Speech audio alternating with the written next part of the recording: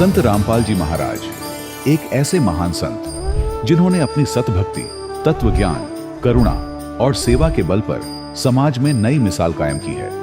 संत रामपाल जी महाराज की अगुवाई में उनके सभी सतलोक आश्रमों से समाज कल्याण के अद्भुत कार्यों ने समाज को सुनहरे भविष्य की एक नई उम्मीद दिखाई है। संत रामपाल जी महाराज से नाम दीक्षा लेने के बाद लाखों लोगों की लाइलाज बीमारियां जैसे कैंसर, एड्स आदि ठीक हुई। संत जी के ज्ञान से प्रेरित होकर उनके अनुयायियों ने लाखों यूनिट रक्तदान किया। संत जी ने लाखों बहन बेटियों का दहेज मुक्त विवाह करवाया।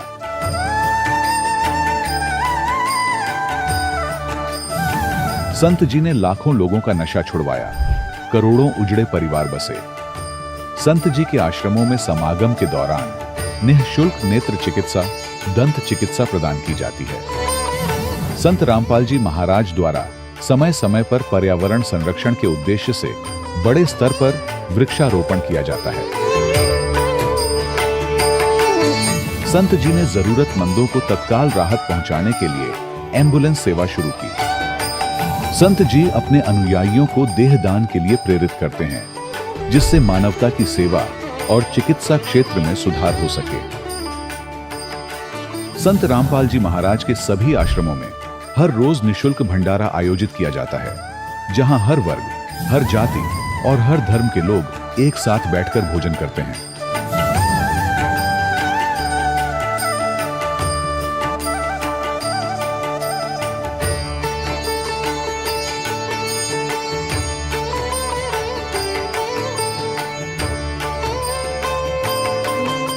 संत रामपाल जी महाराज की अन्नपूर्णा मुहिम ने गरीब और बेसहारा लोगों के जीवन में एक नई ऊर्जा और उम्मीद को जन्म दिया है। घर घर खाद्य सामग्री और जरूरी मदद पहुंचाकर संत रामपाल जी महाराज ने लोगों को दुख और मजबूरी से लड़ने की ताकत प्रदान की है।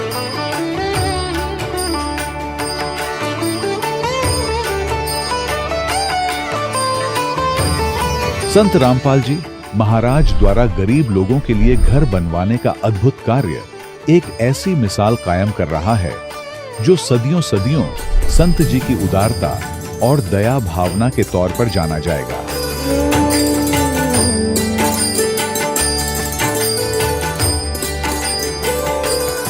संत रामपाल जी महाराज के आश्रम में हजारों बुजुर्गों को सम्मान और प्यार के साथ जीवन जीने का अवसर मिलता है। उनके खाने, रहने और स्वास्थ्य की पूरी जिम्मेदारी संत रामपाल जी महाराज उठाते हैं। अनाथ बच्चों के लिए संत रामपाल जी महाराज के सभी आश्रम किसी वरदान से कम नहीं। यहाँ उन्हें शिक्षा, संस्कार और भविष्य के लिए बेहतर अवसर प्रदान किए जाते हैं। चाहे बाढ़ हो, भूकंप या महामारी, संत रामपाल जी महाराज और उनके अनुयायी हमेशा ही जरूरतमंदों के लिए सबसे आगे खड़े रहते हैं।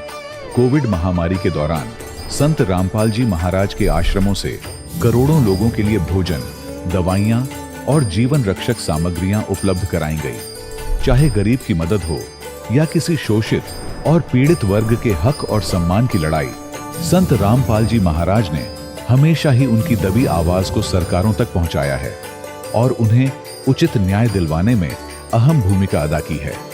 समाज में आध्यात्मिक और सामाजिक मूल्यों के प्रति जागरूकता लाने में संत रामपाल जी महाराज हर कदम पर मानवता के सच्चे सेवक साबित हुए हैं। संत रामपाल जी महाराज का जीवन हमें सिखाता है कि सच्ची सेवा वही है जो निस्वार्थ भाव से की जाए।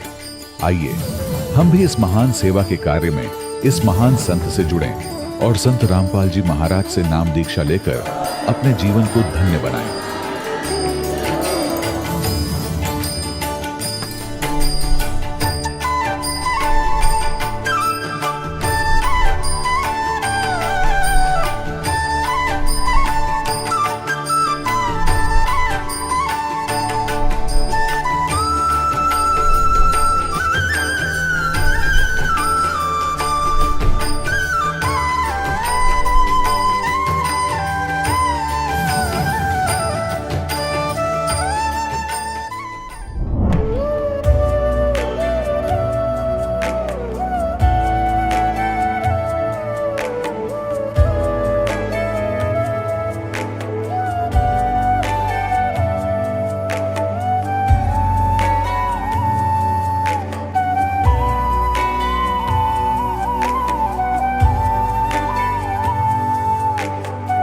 गीता अ18 के श्लोक नंबर 62 में भगवान स्वयं कह रहे हैं कि अर्जुन उस परमेश्वर की शरण में जा जिसकी कृपा से परम शांति व शाश्वत स्थान अर्थात सतलोक को प्राप्त होगा।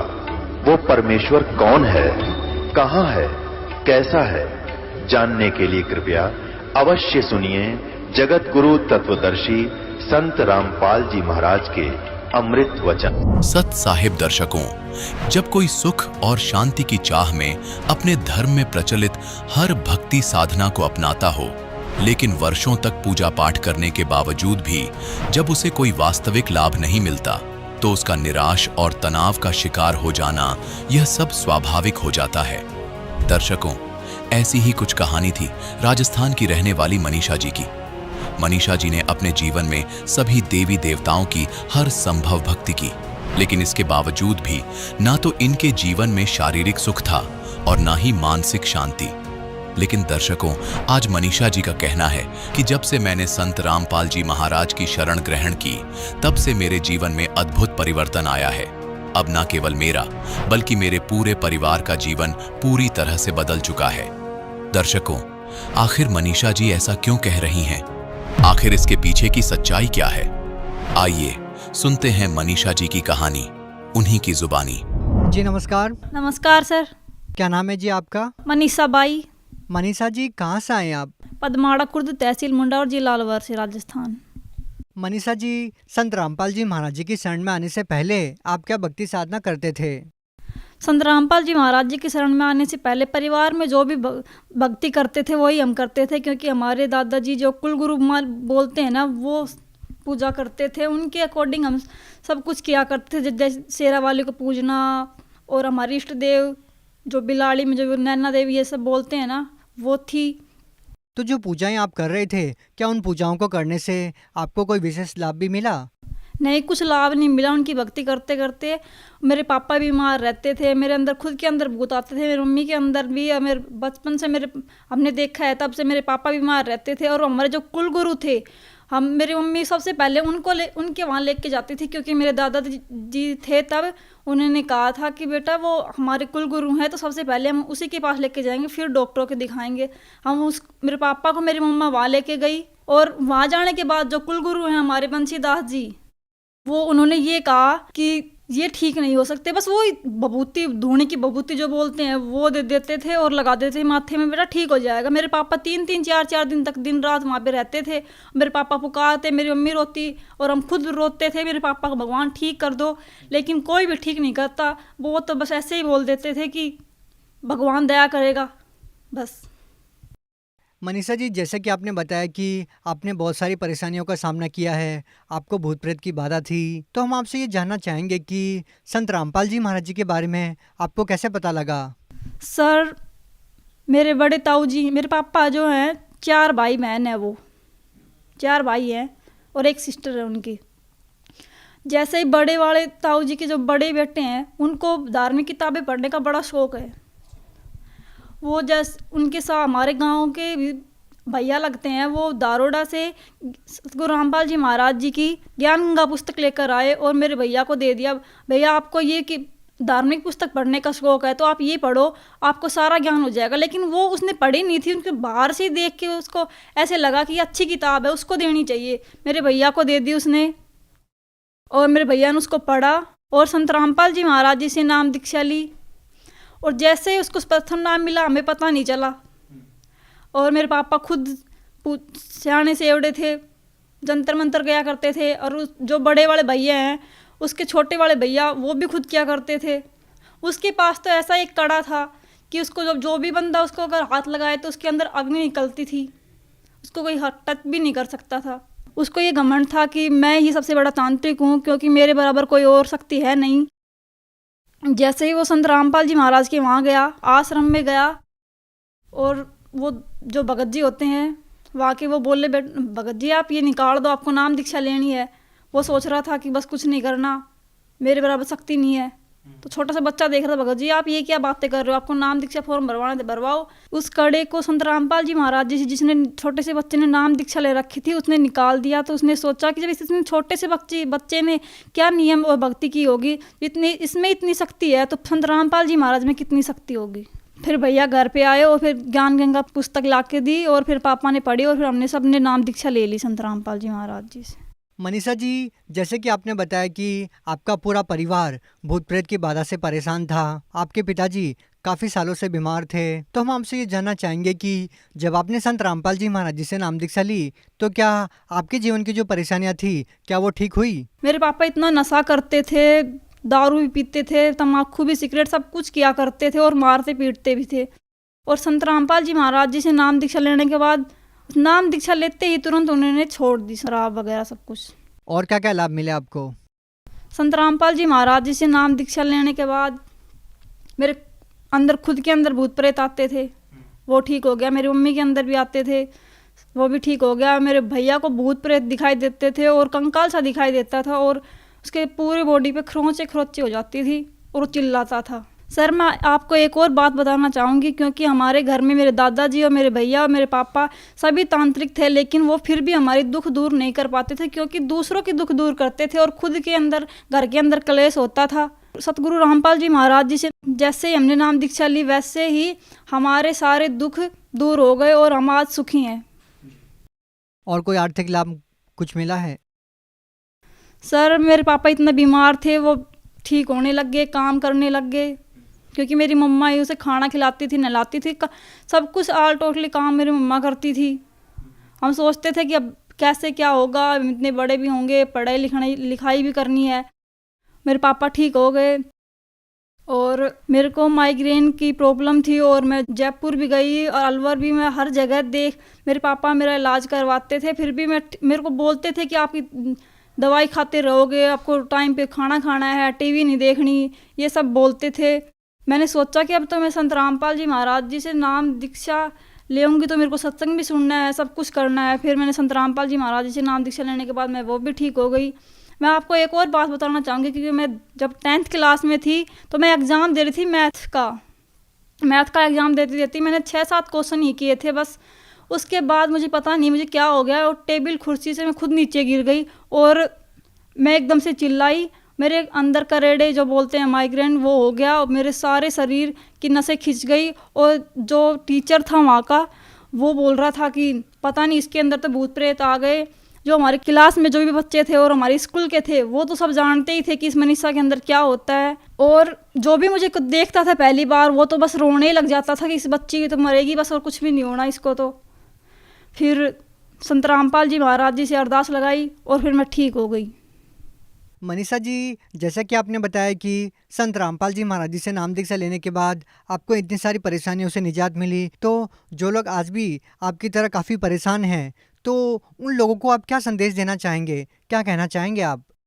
संत रामपाल जी महाराज जी के बारे में हम ये बताना चाहते हैं कि संत रामपाल जी महाराज जी एक पूरे विश्व में एक ऐसे संत हैं जो शास्त्र के आधार पर भक्ति बताते हैं और जो इनकी भक्ति करता है उन्हें कभी दुख नहीं होता और अकाल मृत्यु नहीं होती। मैं भगत समाज को ये संदेश देना चाहती हूँ कि संत रामपाल जी महाराज जी की शरण में आएँ और भक्ति करें और अपना कल्याण करवाएं। मनीषा जी, जो व्यक्ति संत रामपाल जी महाराज जी से नाम दीक्षा लेना चाहते हैं वो उनसे नाम दीक्षा कैसे ले सकते हैं? सतगुरु रामपाल जी महाराज जी से नाम दीक्षा ऐसे ले सकते हैं क्योंकि कई टीवी चैनलों पे सतगुरु रामपाल जी महाराज जी के चैनल आते हैं, सत्संग आते हैं, उन पे नीचे पीली पट्टी पर नंबर आते हैं, आप उन पे कॉल करके और नामदान दीक्षा का पता कर सकते हैं और संत रामपाल जी महाराज जी से नाम दीक्षा ले सकते हैं। जी बहुत बहुत धन्यवाद। सच्चाई। दर्शकों, अभी आपने सुने संत रामपाल जी महाराज से दीक्षा प्राप्त करके सुखी हुए भक्त के अनुभव। अब देखिए जगत गुरु तत्वदर्शी संत रामपाल जी महाराज के मंगल प्रवचन। परमात्मा कहते हैं हिड़की दे दे रोएगी सुरता जब तू चलेगी अकेली। इस आत्मा को सुरता भी सुरती भी कहते हैं एक संबोधन के लिए। कहते हैं प्यारी आत्मा जब तू पूरे परिवार ने छोड़ के अकेली यहां से जाएगी, जब तू पछाड़ खा खा टक्कर मार मार रोएगी डकरा डकरा के, तेरी कोई नहीं सुनेगा। फिर क्या बताते हैं, पात जड़नता यूं कहे सुन भाई तरवर राय, अब के बिछड़े नहीं मिले ना जाने कहाँ गिरेंगे जाए। अब क्या बताते हैं परमात्मा के, पतझड़ आवत देख कर बन रोवे मन माही, ये ऊंची टहनी पात थे अब पीले हो जाई। जब पतझड़ आती है, बसंत ऋतु आती है, उसमें क्या होता है कि पहले के जितने भी पत्ते होते हैं वो सभी पीले होकर के और वृक्षों से टूट टूट कर नीचे गिर जाते हैं। अब कहते हैं उस समय वो वन रोता है अपने मन में कि ये क्या बनी इनके साथ, ये सभी निकल के टूट टूट के गिर गए सारे। जहाँ एक वर्ष तक उन मस्ती मार रहे थे, फड़फड़ फड़फड़ करते थे हवा के झोंकों में, कितने अच्छे लगते थे। तो ये वन संसार है और हम इन टहनियों पर चिपके हुए पत्ते हैं। ऐसे ही हम टूट टूट कर गिरते जा रहे हैं। पीले हो जाए मीन, बुढ़ा हो गए, बुढ़ापा आ गया, सफेद बाल हो गए, जाड़ दांत, अब चली एक एक करके निकलने लगी। तो समझो अब इस तरवर से टूट कर गिरने का समय आ लिया और इसका ये भी नहीं पता कब समय आ जाए। वैसे तो अंदाजा हम सभी लगाए बैठे, अप्रोक्सीमेशन कि 90, 80, 100 वर्ष तक तो जी ही जाते हैं। अब जैसे कोई आज 80 वर्ष का हो गया है तो वो इस आश तक जीवित है, रुका हुआ है कि 100 वर्ष तक तो कहते हैं जी ही जाता है, मनुष्य जीवन बना ही रहता है। और यही आस सबसे खतरनाक हमारे लिए कि इतने वर्ष तो अभी मेरे शेष हैं, इसलिए तो टिका हुआ है ना। तो ये फिर भगवान में दृढ़ता तो लग जाना, इसलिए बकवादों में लग जाता है। तो यहाँ परमात्मा कहते हैं यह भूल भी सत्संग से समाप्त हो गई आपकी। परमात्मा कहते हैं मौत भूल गया बावड़े, ये अचरज किया कौन, और तन माटी में मिल जाएगा जो आटे में लौण। तो मौत को भूल गया, यह गफलत किया बैठा। इसी कारण से तुम चोरी करता है, बकवाद करता है, डाके मारता है, बिलावट करता है, रिश्वत लेता है और बड़ी बड़ी कोठी बनाता है, तुझे मौत याद नहीं है। और परमात्मा याद दिलाते हैं कि वो ऊंची टहनी पात थे वो पीले हो जाई, पात जड़नता यूं कह सुन भी तरवर आए, अब के बिछड़े नहीं मिले ना जाने कहाँ गिरेंगे जाए। फिर तरवर कहता पात से। अब जैसे जो कोई व्यक्ति मृत्यु के निकट हो, कुल के लोग आसपास आकर बैठ जाते हैं और उसको फिर सांत्वना देते हैं, भाई यहाँ तो सभी ने जाना है, चिंता कर ले चाहे ना कर ले, ये बाकी बच रहे इनकी भी मृत्यु होनी है, पीछे देख ले कोई रहा नहीं। तो इस करके उसका थोड़ी दृढ़ता पैदा करने के लिए ये बातें चलती हैं, लेकिन उनसे होता कुछ नहीं। जब तक प्राणी पूर्व पहले से परमात्मा के चरणों में नहीं लगा होता, उसके वो बातें असर भी नहीं करती। पहले से भक्ति में लगा हो, भक्ति की शक्ति से, भक्ति की कमाई से, मंत्र की कमाई से, उस समय उसको थोड़ा बहुत अगर कोई डगमग होता है परिवार को देखकर, तो उसको याद दिलाने से वो तुरंत दृढ़ हो जाता है, क्योंकि उसकी नींव मजबूत हो चुकी है। तो फिर वो तुरंत भूल जाता है संसार को और मालिक में सुरती लगा लेता है। और भक्ति और ज्ञानहीन प्राणी तो फिर कितना कुछ कह ले, उसका असर नहीं होता, उसकी सुरती वहीं जकड़ी रहती है। अब तरवर कहता पात से, सुनो पात एक बात है, यहाँ की यही रीति है, एक आवे एक जात।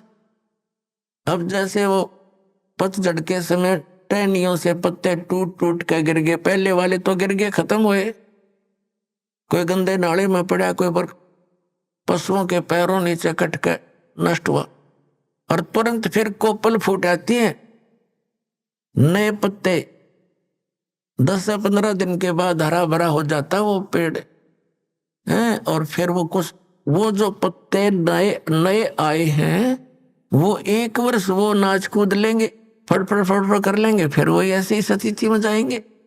तो परमात्मा हमें याद दिलाते हैं इस उदाहरण के माध्यम से कि तरवर कहता पात से, सुनो पात एक बात, यहाँ की यह रीति है, एक आवत एक जात। दादा की टिकट कट की, पोता तैयार हो गया, अब 50 60 70 साल पाछे पोते की टिकट कटेगी, रहना कोई नहीं। तो परमात्मा हमें याद दिलाते हैं, रहना नहीं देश बिराना है। ये अपना लोक नहीं है, ये देश रहने का नहीं है। और तुम वहां जाने की चेष्टा कर नहीं रहे जहां तुम्हें सर्व सुख होंगे। वहां वृद्ध अवस्था नहीं है, वहां मृत्यु नहीं होगी। बताओ, इतना बढ़िया स्थान है, आप उसको ग्रहण करना नहीं चाह रहे क्योंकि आपको ज्ञान नहीं, आपको ये विश्वास ही नहीं है कि ऐसा कोई लोक है। क्योंकि नकली संतों ने और इन पंथों ने भट्ठा बैठा दिया, भक्ति मार्ग का नामो निशान मिटा दिया।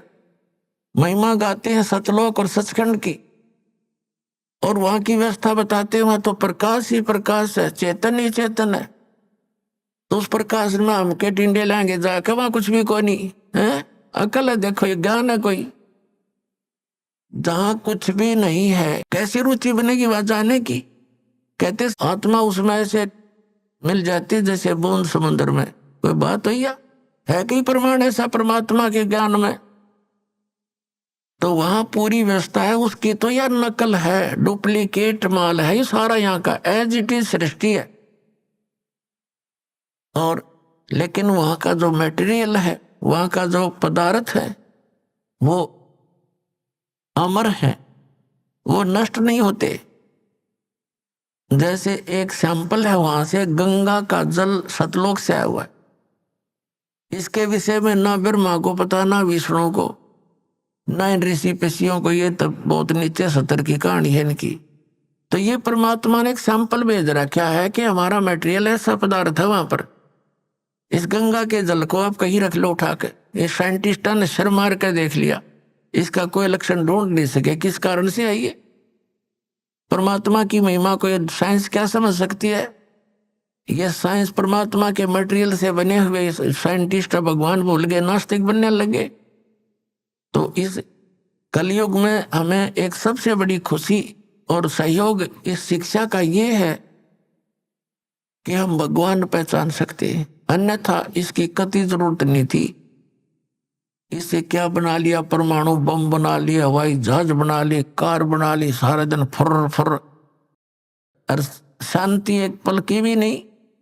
जहां माया का प्रवेश है वहां शांति नहीं हो सकती। ये अपना पल्ला गांठ लगा लेना। अंगारों पर बैठकर हम शांति ढूंढ रहे हैं, भूतल पर भी पैर रखे हैं और हम सोच रहे हैं अब शांति होगी, हमें ठंड मिलेगी। तो माया तो भूबल समझ लो, ये अंगारे हैं, और जिसके पास ज्यादा है उतने ही ज्यादा अंगारे उसके पास है। कभी सपने में भी उसको सुख नहीं हो सकता। और जहां भक्ति है, परमात्मा साथ है, फिर इस माया को भी परमात्मा अपने हिसाब से सेट कर देंगे। उसके लिए परमात्मा कहते हैं, माया दासी संत की भगत की, और उभय दे आशीष, विलसी और लातों छड़िया, सुमर सुमर जगदीश। जब हम परमात्मा की शरण में आ जाएंगे, सतनाम का, सच्चे नाम का जाप करेंगे, ये माया आपके चारों तरफ पड़ी रहेगी, लेकिन फिर हम इसकी आवश्यकता ना रहे। अब जैसे हम शराब पीते थे, बीड़ी पीते थे, यानी हम दास नहीं पीता था, उसे बता रहा हूं, बीड़ी बैड़ी कभी नहीं पी। लेकिन जैसा भी जो भक्त आए हैं शरण में, शराब पीते थे, तम्बाकू प्रयोग करते थे, लंबी लंबी सिगरेट ला के टोर दिखाया करते थे, हैं मांस खाते थे, और 100 तरह की लोग दिखावा ड्रामे करते थे। ये सारे छूट जाएंगे इस भक्ति मार्ग में, ये प्रतिबंध लगाए जाते हैं। तो वह माया जो वेस्ट जाती थी, एक शराब पीने वाला, उसका तो एस्टिमेट नहीं लगा सकते एक दिन में कितना नाश कर दे। एक सिंपल सी बीड़ी और तम्बाकू प्रयोग करने वाला, सिगरेट पीने वाला, कम से कम 20-30 रुपए डेली बर्बाद कर देता, बल्कि आज तो ज्यादा हो गए होंगे। तो महीने में एस्टिमेट लगाओ तो 1,000 का, तो उसका कम से कम ये खर्चा हो गया, ये बच गया। फिर शराब पीने का तो कोई एस्टिमेट नहीं, एक महीने में 10,000 पी जा, 15,000 का नाश कर दे। तो वो ऐसे जो हम लोग दिखावा और ये अपना अननेसेसरी वस्तुओं का प्रयोग करते थे, वो खत्म हो जाएगा। फिर वह माया आपके चारों तरफ लौटी रहेगी। थोड़े से काम में और खूब गुजारा होगा। परमात्मा की भक्ति में इतनी शक्ति है। जैसे पहले हम देखा करते थे, एक सेठ था, उसका लड़के के पेट में दर्द हो गया और ऐसा है पीड़ा होगी, अचानक ले गए हॉस्पिटल में, प्राइवेट हॉस्पिटल में, जो उनका जानकार था। उसने फटाफट उसने अपने देखा जल्दी, भाई इतनी पीड़ा है तो कोई, उसने अपनी सोच से ऑपरेशन कर दिया अपेंडिक्स का, ऑपरेशन कर दिया, अपेंडिक्स निकाल दी। पीड़ा जो की तो बनी रही, जब पेन किलर बंद करी तो फिर जो की तो पीड़ा। फिर उसी तरह फिर दूसरे डॉक्टर के पास ले गए। उसने क्या देखा कि इसकी जो है ना झिल्ली में डिफेक्ट है, वह झिल्ली निकाल दी उसकी। फिर पीड़ा जो की त्यों बनी रही। फिर देखा कि फिर लास्ट में पता चला कि इसकी बड़ी आंत में बहुत इन्फेक्शन है। अब कहां से चला था, लाखों रुपया लाग गया, बिरानमटी नौकी नहीं हुई, जब जाकर उसकी जान बची। और 2-3 महीने तक ऐसे बिरानमटी रही। और अब क्या होगा जब भक्ति से हम जुड़ जाएंगे। पुण्यात्मा, इसलिए भगवान की तलाश की जाती है, क्योंकि हम बहुत युगों से पापों का ढेर लगाते आ रहे हैं। पाप के प्रभाव से थोड़ा बहुत हानि शरीर में भी होने लगती है, तो थोड़े ही ट्रीटमेंट में 100 रुपये की दवाई में आप स्वस्थ हो जाओगे, और नहीं तो लाखों लाख का पीछा छूटर मौत भी हो जाए। तो इस प्रकार परमात्मा आपको सहयोग देने लगेगा। ये दास का बहुत बिटर एक्सपीरियंस है इस मार्ग में, क्योंकि तभी इस मार्ग को, परमात्मा के मार्ग को, उसके आदेश को आप तक पहुंचाने की चेष्टा की है कि इससे बहुत लाभ मिलेगा आपको। ऐसा लाभ मिलेगा आप सोच नहीं सकते।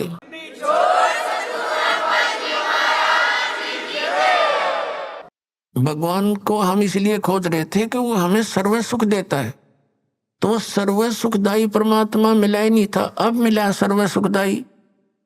अब ये सुख ही सुख देगा, यहां दुख हो ही नहीं सकता।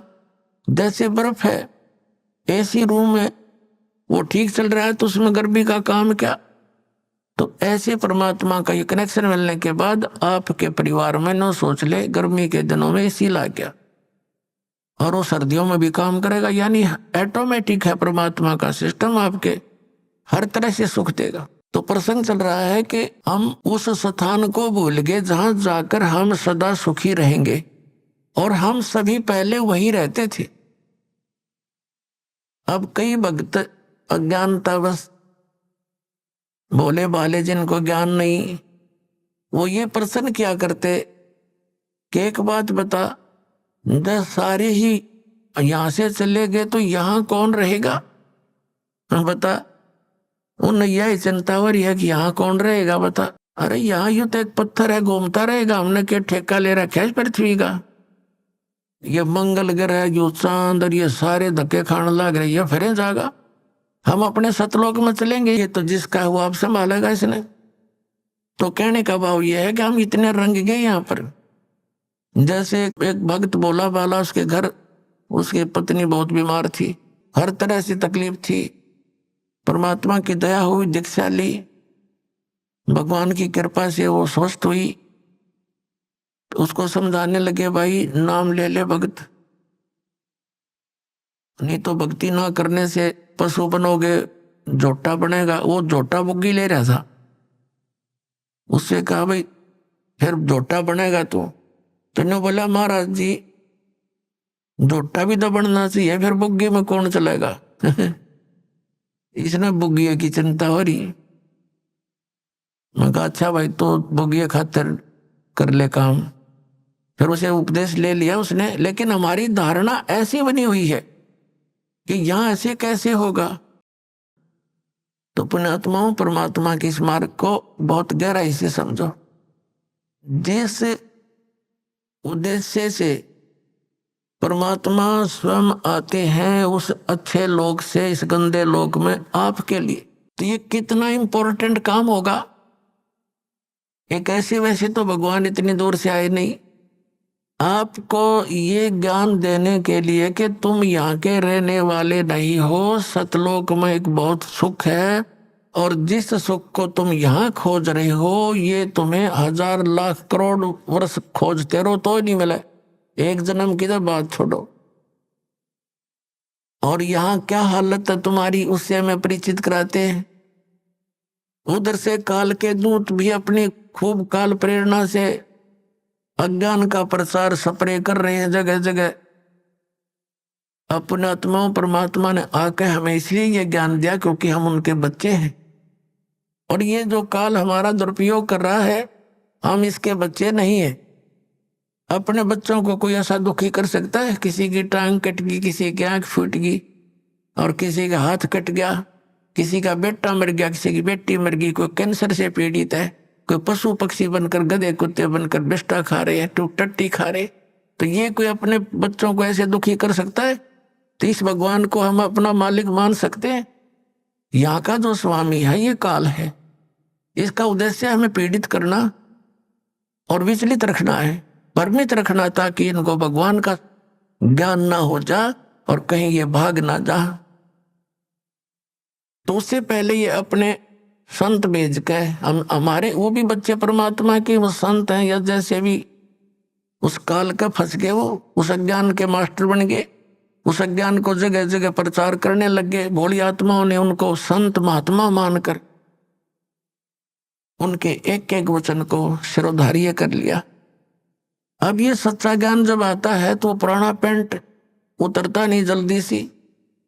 तो दास के ऊपर दया करी परमात्मा ने कि पहले इन सभी सदग्रंथों का ज्ञान करवाया, और फिर इन संतों के वचनों को देखा कि ये क्या बताते हैं, हमारे सदग्रंथ क्या बताते हैं। फिर पता चला कि ये तो भाई गलत कर रहे सारा काम, ये तो आसपास में नहीं सदग्रंथों के। 1 2 3 4 10 सैकड़ों की संख्या में इन संतों को के इतिहास को, इनके ज्ञान को दास ने पढ़कर देखा, शायद ये तो अच्छा महात्मा दिखाई देता है, इसका शायद ठीक मिल जाए। फिर जो चले गए यहाँ से महापुरुष जिनका बड़ा बोलबाला था, ये मैं रसीदानंद जैसे नकली, इनसे बड़ा प्रभावित था दास, और दास ने इसके सत्यार्थ प्रकाश को इस उद्देश्य से इस तत्व ज्ञान की प्राप्ति के बाद पढ़ा। पहले भी पढ़ते थे, पहले समझ में नहीं आता था कुछ भी कि महापुरुषों की वाणी हम नहीं समझ सकते, ये सोच कर रख देते थे इसको, ऐसे इन पुराणों को रख देते थे, भाई ये तो भगवान की माया है, हम क्या समझ सके। और जब दास की परमात्मा ने वो आँखियां बना दी तत्व ज्ञान वाली, उस दृष्टि से जब इनको देखा उन चश्मों से, तत्व ज्ञान वाले चश्मों से, फिर देखा अरे नाश कर रखा सारा, कख भी नहीं इनके पास, ना वेदों वाला ज्ञान, ना कोई संसारिक व्यवहारिक बातें ठीक इन लोगों की। तो बड़ा चिंता का विषय बना। और इस सत्यार प्रकाश को दास ने इसलिए पढ़ा था कि ये महापुरुष का लिखा हुआ है, और इस महापुरुष के विचारों को सभी मानते हैं। परमात्मा दया कर दे और कबीर परमेश्वर के वचनों का समर्थन मिल जाए तो मुझे ये ज्ञान आगे बढ़ाने में घनी सुविधा हो जाएगी कि देखो सत्यार प्रकाश में महर्षि दानंद ने भी ऐसा ही बोला है। अब देखा तो महर्षि दानंद ऐसा नकली पाया को देखा को नहीं मैंने, तो तेरा गजब भैया, एक भी व्याख्या वेदों और किसी से भी नहीं मिल रही सदग्रंथों से, तो बड़ा दुख हुआ। तो इसलिए फिर जनता के सामने रखने शुरू किए कि भाई हमारे सदग्रंथ तो ओरिजिनल नोट हैं और ये डुप्लीकेट नोट हैं इन संतों के, जिनको तुम ओरिजिनल मान करके ग्रहण किए हुए हो। अब प्रारंभ में तो दास को बड़ी कठिनाई का सामना करना पड़ा, क्योंकि श्रद्धालु लोग ये कहते हैं कि किसी की आलोचना नहीं करनी चाहिए, अपना ज्ञान बताओ। अरे अपना अपना सारे बताओगे तो सबका अपनी अपनी डफली, अपना अपना राग, फिर वो ज्ञान के रह गया तो जो जैसा कहेगा वो तो ऐसा चल ही रहा था। फिर पुण्यात्माओं, जैसे एक बार किसी ने 500 के नोट नकली छाप लिए और वो मार्केट में पहुंच गए, उनका पता लगा सरकार ने, तो फिर जनता को ठगने से बचाने के लिए एक समाचार पत्रों के माध्यम से, टीवी के माध्यम से ओरिजिनल और डुप्लीकेट दोनों दिखाए, उनकी भिन्नता बताई। ओरिजिनल ऐसा होता है, डुप्लीकेट ऐसा होता है। तो क्या सरकार आलोचना कर रही थी? एक महापरोपकार कर दिया ना, लाखों लोग ठगे जाते, गरीब व्यक्ति मारे जाते, जिनके 5-7 हजार रुपए होते, रोए नकली कागजों में लग जाते। तो पुणात्माओं, दास का यही प्रयत्न समझ लेना। ये पूरा विश्व याद किया करेगा इस दास को।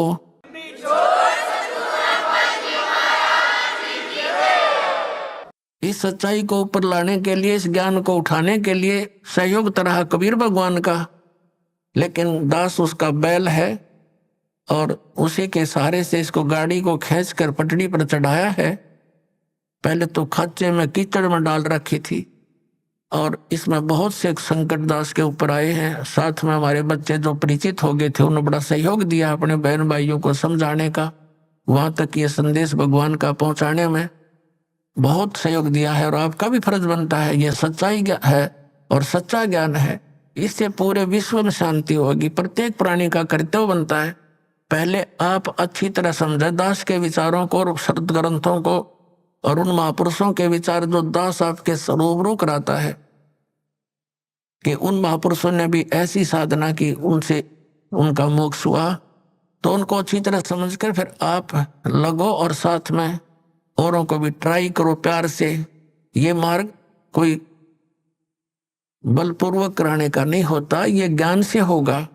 और काल भगवान ने एक प्रार्थना की थी परमात्मा के समक्ष, कबीर जी के समक्ष, कि हे परमात्मा, आप चौथे युग में जितना चाहो जीव ले जाना, लेकिन एक दया करना परमात्मा कि जोर जबरदस्ती ना करना। सतकल युग में जब आप ले जाओ, अपना ज्ञान देना, आपका ज्ञान ग्रहण करें, वो आपके हो जा, और मेरे ज्ञान को माने वो मेरे पास रह जा, मेरा आहार बने रहे। जबरदस्ती ना करना और अपना ज्ञान समझा के कितने ले जाना। अपना परमात्मा ने कहा था ठीक है भाई, ज्ञान बगैर तो मैं ले ही नहीं जा सकता। पहले ये अगर वैसे भी ले जा तो वहां टेके नहीं, ये फिर आऊंगे वापस। पहले वही ना रहा करते, तो मालिक को मालूम ही था कि ज्ञान से दृढ़ करूंगा इनको, और यहाँ के दुखों से ये छक चुके होंगे, यहाँ के इन कोठी बंगलों से भी ये छक चुके होंगे। आप देख रहे हो विदेशों में बड़ी सुविधा के सारे साधन वैज्ञानिक बना लिए, और वो क्या कहते हैं, नहर के किनारे लौट कर शांति प्राप्त करते हैं। उन कोठिया ने सारे इंस्ट्रूमेंटा ने छोड़ के है, तो ये पहले हमारे रहेंगे क्यों, शर्म में दर्द कराए वो बीमारी को ठीक करी। तो ऐसी शांति होनी वही है, ये तो एक उफान है इस काल का डाला हुआ। ये बना ले, ये बना ले, रिमोट बना ले, इससे सुख हो जाएगा। टट्टू सुख होगा? सुख तक परमात्मा की भक्ति से होगा, आने वाले कष्टों के से बचाव होगा, उससे सुख होगा। तो प्रसंग जो चल रहा है वही आते हैं। तो परमात्मा ने आके हमें ज्ञान दिया है कि सतलोक के अंदर तुम्हें कोई दुख नहीं, और वहां चलो, वहां जाकर के तुम्हें परम शांति होगी। और परमात्मा ने कहा था कि जैसे अपना ज्ञान दे करके आप यहां से ले जाना, जैसे वेदों में प्रमाण है, आपको बहुत बार दिखाया है, समय आने पर दिखाएंगे आज भी, कि वो परमात्मा सतलोक से गति करके आता है। वो 3 प्रकार के शरीर में सभी अपने प्राणियों के, सभी ब्रह्मांडों का वो देखभाल करता है, पालन पोषण, धारण पोषण करता है। एक शरीर है मनुष्य सदृश है परमात्मा, नर नारायण देह है। ये शरीर मनुष्य को भी परमात्मा जैसा ही मिला है, लेकिन उसकी सामर्थ्य, परमात्मा की शक्ति, उसका नूर वहां पर विशेष है, अलग है, हमसे ज्यादा, इसलिए तो परमात्मा है। एक आत्मा, एक परमात्मा, तो अपने आप 2 हो गए, एक श्रेष्ठ आत्मा, एक आत्मा सिंपल। तो ऐसे एक नागरिक है, एक राजा है, सकल दोनों की एक जैसी है। मनुष्य ये दोनों है, लेकिन उसके सामर्थ्य में दिन और रात का अंतर है। ऐसे ही परमात्मा और जीव में समझो। जीव जीव है, एक नागरिक है। परमात्मा हमारा राजा है, वो मालिक है, वो जनक है, हमारा पिता भी है, उसमें सर्व गुण है। तुमेव माता च पिता तुमेव बंधु च सखा तुमेव। तो उसके अंदर सभी गुण है परमात्मा के अंदर। वो सबका भ्रातर भी वही है, माता यानी जनक भी वही है, पालक पिता भी वही है, बंधु असली साथी भी वही है, और मित्र भी वही है। बंधु यानी भाईचारा वही है। तो काल ने कहा था कि आप अपना ज्ञान देकर ले जाना, परमात्मा जोर जबरदस्ती ना करना। अब जैसे परमात्मा सचखंड से चलकर आता है, वो 3 प्रकार से अपने जीव शरीर की स्थिति में 3 प्रकार के शरीरों में काम करता है। मनुष्य सदृश ही है। जैसे एक शरीर में तो सतलोक में रहता है, स्थायी रूप में, करोड़ सूर्य मिला दे, करोड़ चंद्रमा उसके एक रोमकूप में, इतनी रोशनी है, वो भी फीकी पड़ जा समझो। और तख्त पर विराजमान है, जैसे राजा बैठता ऐसे मुकुट वगैरह धारण करके परमात्मा, ऊपर सफेद छत्र है, सफेद मुकुट है परमात्मा का, सफेद ही सिंहासन है सारा उसका, वहां विराजमान है। और दूसरे रूप में वो क्या करता है, एक तो शिशु रूप धारण करके प्रत्येक युग में आता है, और एक सरोवर के ऊपर कमल के फूल पर विराजमान होता है। वहां से कोई निसंतान दंपति उनको ले जाते, प्रत्येक युग में ऐसी लीला। और फिर वो कंवारी गायों का दूध पीता है, कंवारी गाय दूध देती है, परमात्मा पीते हैं, उनकी परवरिश की लीला ऐसे पूरी होती है। उन कंवारी गायों में दूध कहाँ से आता है? सतलोक से आता है। और फिर ये तो मालिक की दूसरी स्थिति हुई शरीर की। फिर धीरे धीरे बड़े होते हैं, छोटी आयु में ही प्रचार शुरू कर देते हैं। परमात्मा अपने जो सुदेश से लेकर आते हैं। वेदों में लिखा है कि परमात्मा सतलोक से चलकर आता है, ऊपर तीसरे मुक्ति धाम में रहता है सतलोक में, वहां से गति करके आता है और यहाँ अच्छी आत्माओं को मिलता है। और किस उद्देश्य से आता है? उपदेश करने के लिए, तत्व ज्ञान समझाने के लिए आता है। तो शिशु रूप धारण करके परमात्मा आते हैं प्रत्येक युग में, तो धीरे धीरे बड़े होते हैं, अपना ज्ञान का प्रचार करते हैं। ये दूसरी स्थिति। और तीसरी स्थिति में वो कैसे आते हैं शरीर में? जैसे कहीं भी महात्मा के रूप में प्रकट हो गए, जैसे जिंदा महात्मा के रूप में कलयुग में वो अधिक आए हैं। और उस जिंदा महात्मा के रूप में वो कभी भी आकर किसी भी भक्त को, अच्छी आत्मा को मिलते हैं। किन किन अच्छी आत्माओं को मिले? आदरणीय धर्मदास साहिब जी, आदरणीय मलुकदास साहिब जी, आदरणीय नानक साहिब जी, आदरणीय दादू साहिब जी, आदरणीय गरीबदास साहिब जी, गांव छुटानी जिला जद्दर हरियाणा वाले, आदरणीय गीसा दास साहिब जी, गांव खेखड़ा, और जिला मेरठ उत्तर प्रदेश वाले। इनको मिले जिंदा महात्मा के रूप में आकर के, और उनको सतलोक लेकर गए सचखंड, और वहां जाकर के उनको फिर वापस छोड़ा, क्योंकि वो दृढ़ भक्त थे। वो दृढ़ भक्तों को मिलते हैं, अच्छी आत्माओं को मिलते हैं, ताकि उसके मिशन में सहयोग दे सके। तो वो सटील थे। जो उनको कह दिया दाता ने, वो फाइनल उनके लिए सारा संसार एक तरफ, वो महापुरुष एक तरफ थे। जैसे आपने जन्म साखी भाई बालावाड़ी में देखा, परमात्मा के उस यथार्थ मंत्र का स्वयं जाप कर रहे थे नानक साहिब जी। और जब उसको उनकी देखा देखी उनके शिष्य मर्दाना ने भी वो जाप शुरू किया, तो उसको ऐसा झटका दिया कि वो मर गया होता, डूब गया होता समुद्र में। एक बस ऐसी घबरा गया मर्दाना। तब उसको कहा कि तू नकल ना कर, मेरी करनी ना देख, मैं जो बोलता हूँ गुरु की आज्ञा का पालन कर। तो वो दृढ़ भगत थे। सिख समाज को सतनाम नहीं बताया उन्होंने। समाज अपने स्थान पर, भगवान अपने स्थान पर है। तो वो भगवान के बच्चे थे, वो दृढ़ व्यक्ति थे, दृढ़ भगत थे, श्रेष्ठ आत्माएं थी।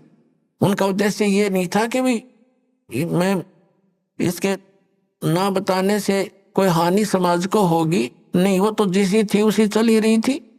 अब उससे घनी हानि हो जाती, चाहे वो डिक्लेयर कर जाते। आज ये सारे नकली पंथ, ये सतलोक की महिमा गाने वाले काल के द्वारा चलाए गए सारे नकली पंथ, अब गुरु ग्रंथ साहब से पढ़कर यही नाम देते रहते ऐसा झटका दे दिया कि डर गए सारे, पूरा सिख समाज के खबरदार देश नाम का जाप किया। मर्दाना ने किया था, मर गया होता, और गुरु जी का आदेश है, उसकी आज्ञा की अवहेलना हो जाएगी। ऐसा भय पैदा कर गए। क्या वो हमारे हितैषी नहीं थे? वो परम हितैषी थे, वो जान ही जान थे कि आग लग जाएगी, जाइए मंत्र दे दिया था, नाश हो जाएगा बात का। तो ऐसे उन दृढ़ भक्तों को परमात्मा आकर मिलते हैं। तो ये तीसरी स्थिति थी उनकी। अब उनको हिदायत दे दी थी कि समय आने पर इसको फिर देंगे अपने बच्चों को। अब जैसे कोई भी हिंदू धर्म में देख लो, सिख धर्म में देखो, विशेषकर इन दोनों धर्मों में दास देख रहा है कि यहाँ विशेष धर्म की व्यवस्था है। जैसे सिख समाज के अंदर वाणी का पाठ और वहाँ उनका लंगर चलता है। 2 यज्ञ करते थे, एक धर्म यज्ञ और एक ज्ञान यज्ञ, वाणी का पाठ। तो इनसे क्या होता है, मोक्ष नहीं हो सकता संग जन्म भी इन क्रियाओं से, लेकिन मनुष्य के शरीर की संख्या बढ़ जाती है। अब वो ऐसे ही हिंदू धर्म के अंदर जैसे गीता जी का पाठ करो, डेली एक अध्याय का पाठ करो, या वैसे कोई अपना धर्म पुण्य करते रहते हैं, कोई भंडारा कर दिया किता गाँव गाँव में नगर में, ये ऐसे चलते रहते थे। तो इन क्रियाओं से क्या होता है कि मनुष्य जीवन मिल जाता है। परमात्मा की वाणी है सूक्ष्म वेद में कि धर्म तो 10 का नहीं और 10 के तीनों लोग, खैरायत में खैर है कीजिए आत्म को। और दूसरा ये था, तो उससे क्या होता है, जैसे यज्ञ है ये ग्लूकोस है, एक रोगी है, जैसे दास ने बताया कि हमारे जन्म और मृत्यु का दीर्घ रोग लगा हुआ है। ये दीर्घ रोग उसी ट्रीटमेंट से कटेगा जो महापुरुषों ने खुद प्रयोग किया और परमात्मा ने आकर बताया। और अब इस दास को इस मार्ग का मास्टर बना दिया, डॉक्टर बना दिया, सर्जन बना दिया। अब दास के पास वो मार्ग है, वो सारी व्यवस्था है।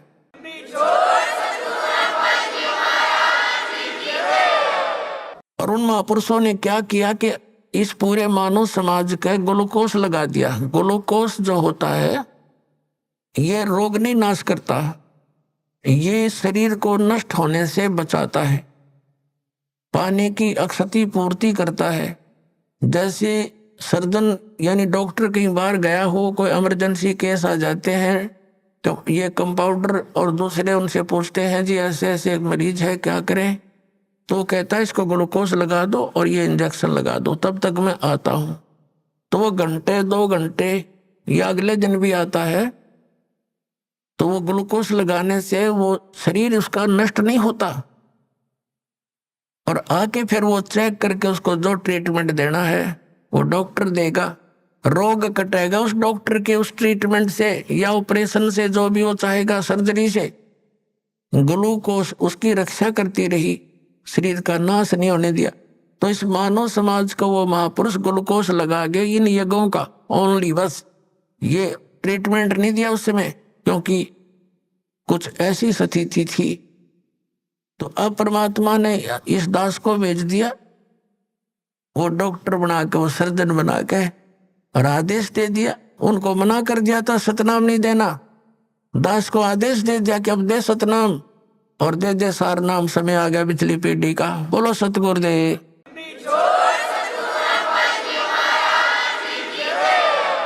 अब जैसे बात चली है कि ज्ञान देकर ही आप ले जाना अपने बच्चों को, आपका ज्ञान स्वीकार करें आपका। अब जैसे परमात्मा मिले थे हजरत मोहम्मद को, जिससे मुसलमान धर्म चला, अब वो अच्छी आत्मा थी, दृढ़ भक्त नहीं थे वो। अब यहाँ उनके लाखों शिष्य हो गए थे।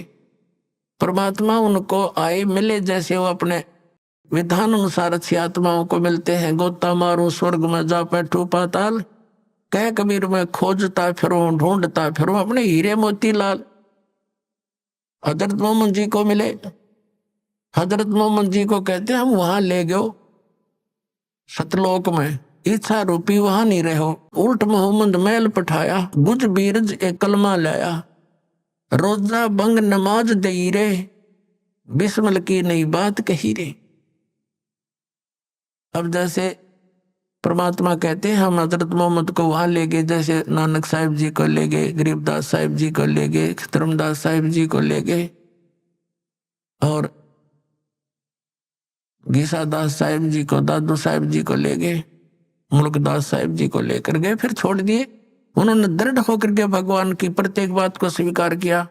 उन्होंने तो वही कह दिया था, भगवान हमें यहीं रख लो। लेकिन हजरत मोहम्मद वहां नहीं रहे, अपनी मर्जी से न बोले नहीं जी मैं तो वहीं ठीक हूं, और वहां भी मैंने बहुत प्रचार करना है, बहुत अभी तो काम अधूरा रहता है। अब परमात्मा ने सोची चलो इसको कुछ राहत दे देते हैं।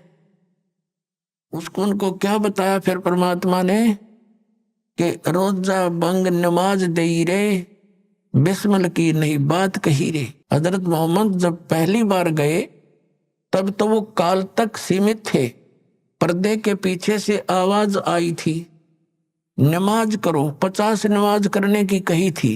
फिर दोबारा प्रार्थना की, कुछ कम कर दी, फिर और प्रार्थना करी, फिर कम कर दी।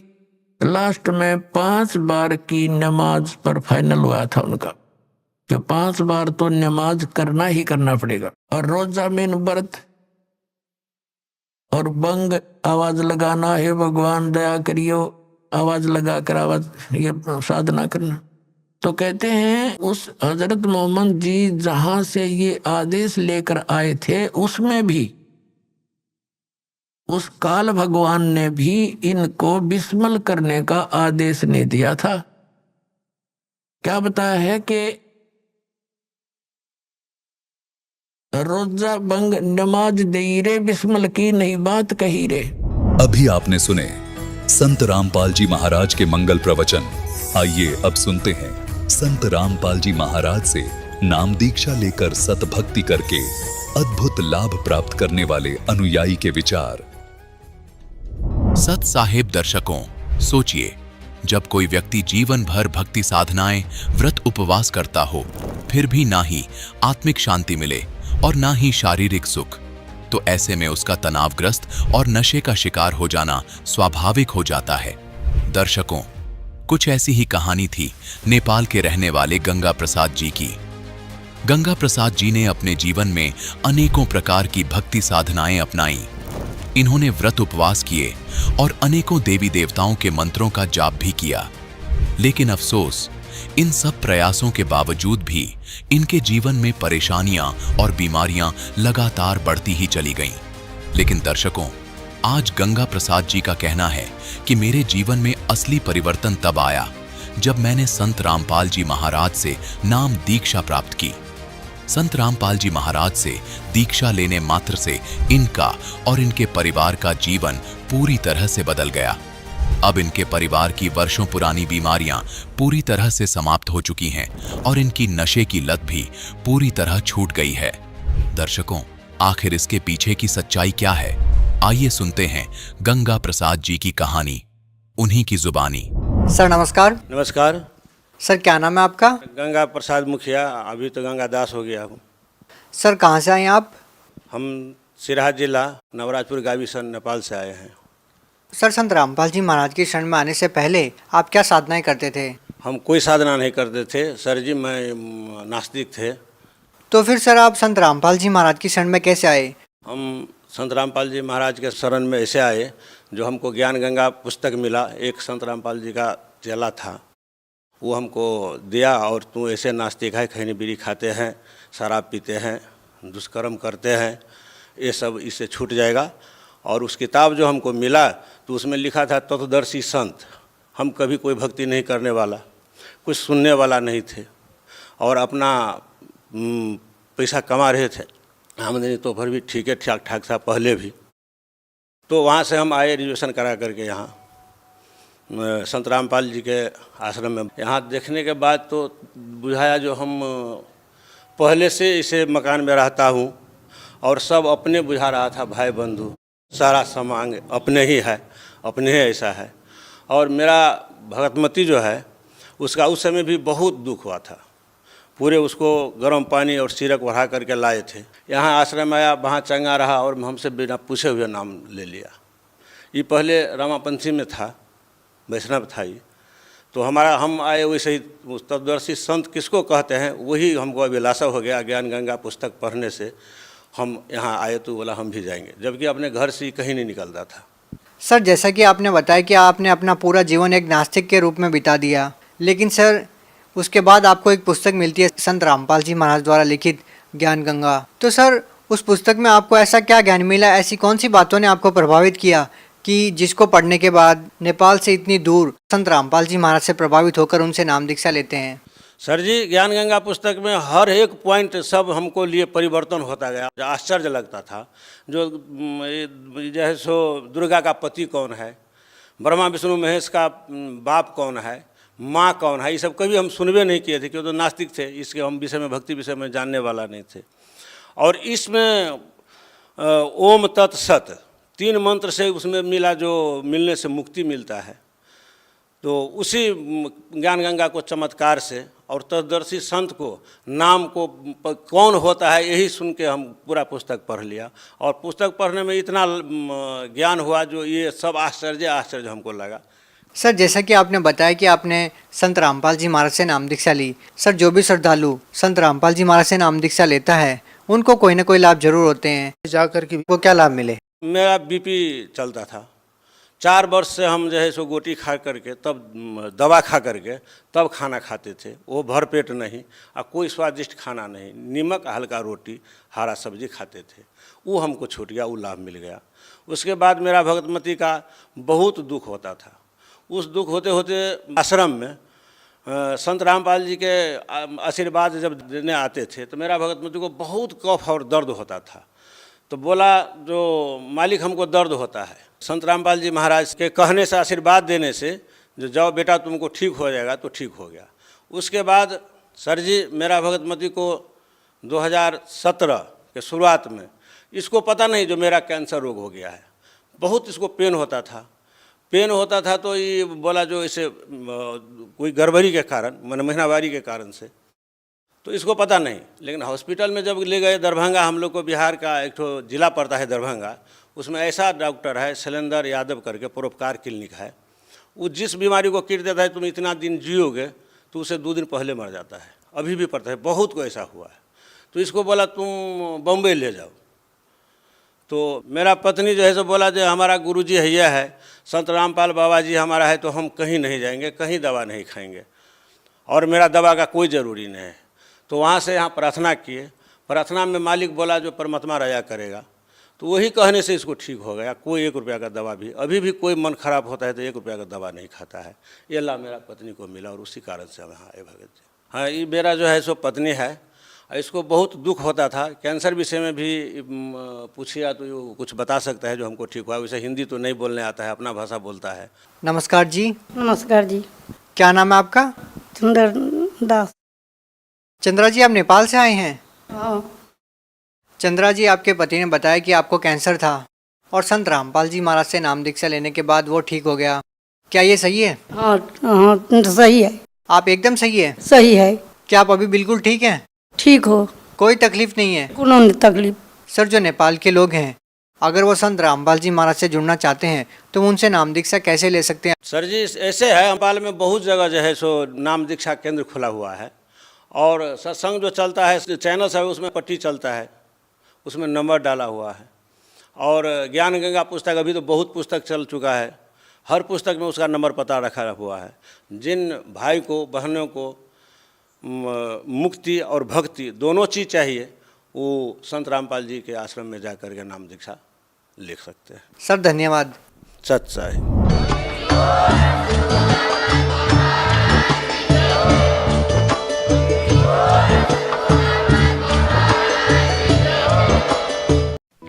आप सुन रहे थे जगत गुरु तत्वदर्शी संत रामपाल जी महाराज के मंगल प्रवचन। अधिक जानकारी के लिए संपर्क करें।